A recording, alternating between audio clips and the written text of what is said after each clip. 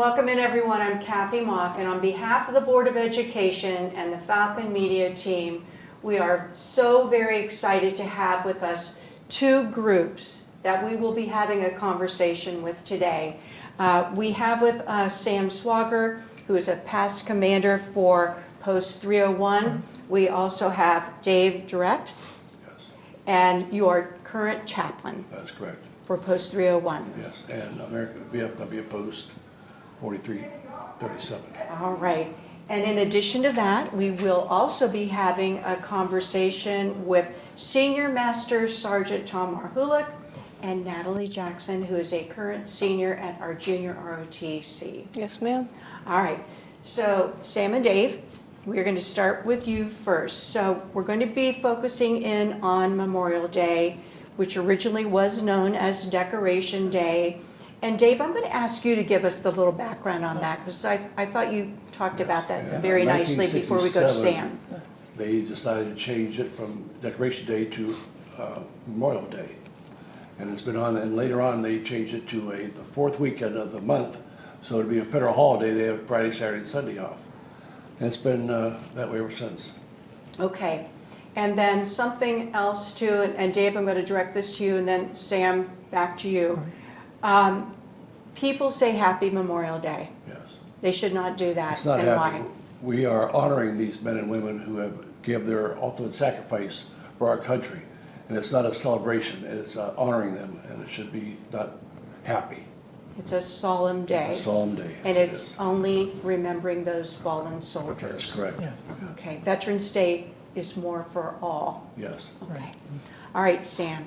So you have been like the person for Memorial Day as long as I can remember. Please tell us about what Austintown does for Memorial Day.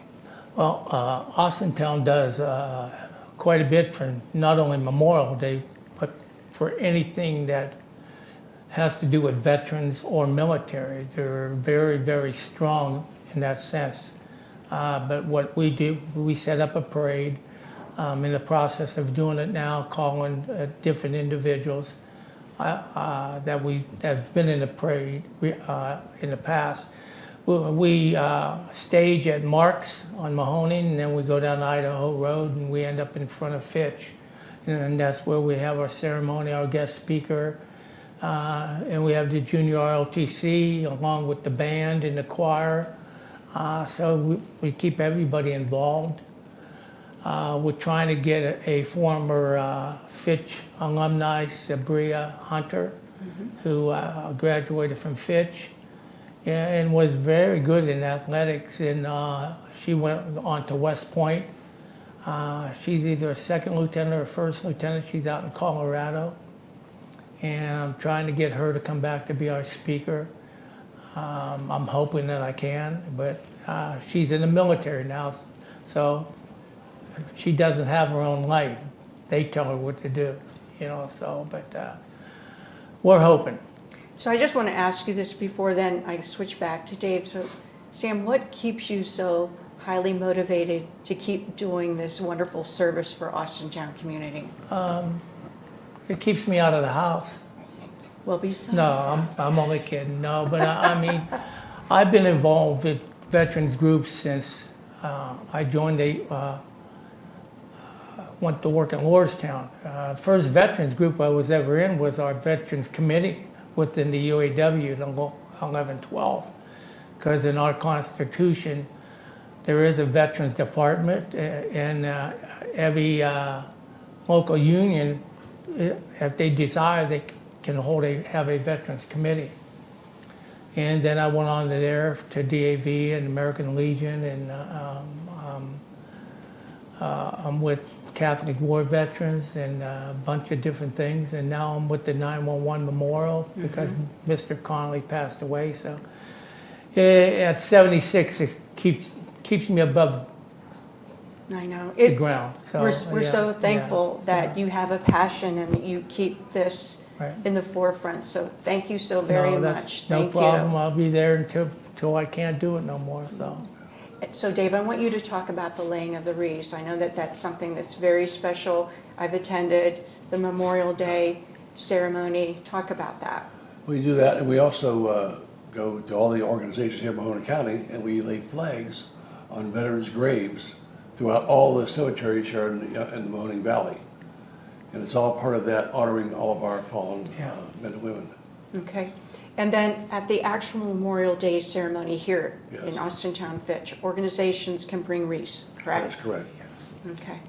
And who do we Yes. contact if we want to do that? If someone is watching, who should we contact? You can contact me. Sam. All right. You can call me at 330-509-5269.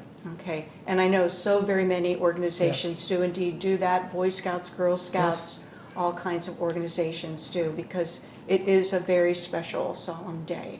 Oh, yes. So I just want to thank you two gentlemen for that. Now we're going to kind of move over and talk to some other friends that are here with us today. And this is our junior ROTC group. And we have with us Senior Master Sergeant Tom Marhulik. And we also have Natalie Jackson, who is a senior in the junior ROTC. So how long, can I just call you Tom? Absolutely. Okay. So how long has our junior ROTC program been in existence here at Fitch? We are finishing up our 4th year already. Okay. Yeah, we started in March of 20, and finishing up 4th year. Okay, that's great. So talk about the mission and the value of being in junior ROTC. Okay. Talk about that, Tom. What we are looking for, what we want our students to be, we refer to them as cadets. We want them to be better citizens in the community, better citizens in the state, as well as the nation. We look for them, we want them to be respectful. We want them to be professional. We want them to be the best at everything that they can do. And we teach them things that we want them just to be better citizens, better people. Okay, I want to ask you this question, then I'm going to go to Natalie. So this program, Junior ROTC, isn't just for those who are interested in being in the military. Why is that? Correct. The military it is one thing that we do not push on these kids. We don't believe in it. It is part of the policy of the Air Force JROTC. If they do decide that the military is something that they have an interest in, we will gladly speak with them, give them some ideas, help them out in their process to want to join the military. So. Okay. So Natalie, talk about your experience being in the junior ROTC. How many years now? 1. 1, okay. Your senior year, correct? Yes, ma'am. All right. So what was it that made you want to be a part of junior ROTC your senior year? Well, I had joined last year, and as I was getting a tour of the school, I had stopped in the ROTC room. And actually I don't know who it was, I don't remember their face or if they graduated or not, but he grabbed me on my shoulder and like in a joking way, and he was like, "You should join ROTC." I'm like, okay. Like, I was just so nervous, and then that was that. But my mom was very pushy about it and encouraging about it because, we have a military background, and she wanted some other form of stability and discipline in my life as well, because there are requirements, and, if you're smoking, drinking, or any of that, you're going to get kicked out. It's not, they don't tolerate that. They don't tolerate certain things. They teach us cursive as well, so I found that very helpful to be able to sign legal documents and checks, and it looks better on everything just to have your signature not like scribbled. I felt like I would be more seen, I guess, not so like just there, I feel like I'm more, I don't really have the words for it. You felt like a sense of belonging Yeah. in the group? Mm-hmm. All right. And something too, we kind of were talking about a little bit before we all sat down to have our conversation. You said you had someone who recently passed away that was in the military? Yes, my great uncle Dave, he was in the Navy. He served in the Navy. I don't know how long, but we just recently said goodbye and buried him this past weekend. I don't know what happened. He was just started declining and respiratory stuff, and he served in the Navy. I wasn't very close with him. I had, gone over to my Aunt Pat's, which was his wife, many times growing up, but, as you get older, you don't really see some parts of your family. Right.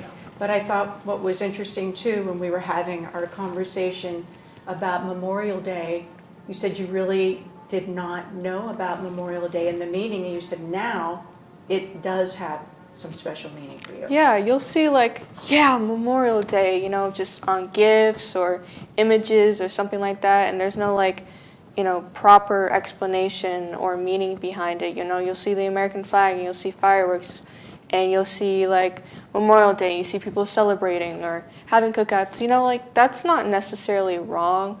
However, I don't think many people know that it's Memorial Day, so it should be, instead of celebrating America and whatnot, you should be celebrating the fallen soldiers or people in your family who served, who have passed away, because that is the proper meaning for it, right? Right. So I think that when people tune in and hear this message, I think that's very powerful, what you just shared. Thank you for that. So another thing that I wanted to stress on is community involvement. So Tom, can you talk about that, how our junior ROTC is involved in our community, doing good works? Sure. We look to be involved in the community in ways of parades and ceremonies, the American Legion, the VFW. If they come to us and they say, hey, we would like for you to march in the upcoming Memorial Day parade. Which you're going to do, which right? We will do, All yes, right. absolutely. And our kids love it. They do it the first time around, and they're asking about it again. Are we going to do this again next year? Are we going to participate in this ceremony? Last year, we reached, or I should say I believe it was the Board of Trustees reached out to us and wanted us to do a 4th of July parade with them and things. Okay. And we were all about it until the weather got involved and changed things. But, we reach out, and I asked the kids, are you interested in doing this? Yes, and here we go. And they love it. Like I said, they love it. They put on their blues, they dress up, and it shows them the pride that they have in it, and they really enjoy it, yes. So you talk about wearing their blues. How often do they have to wear their blues here at Fitch? Here at Fitch, if it's based off of a ceremony, we request them to wear their blues.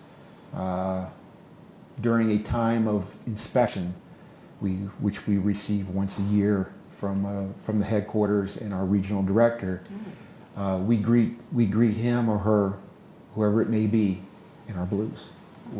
It's a sign of respect.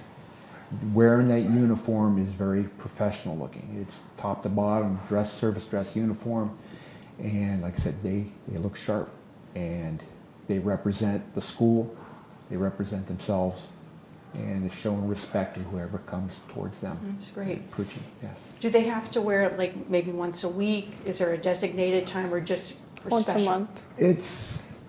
We try to put them into it at least once a month. Okay. Some of the kids, they're all about it more than others, and they'll wear it every Wednesday if they can.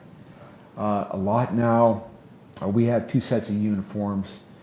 One we refer to as an ABU uniform. It's a different color of green.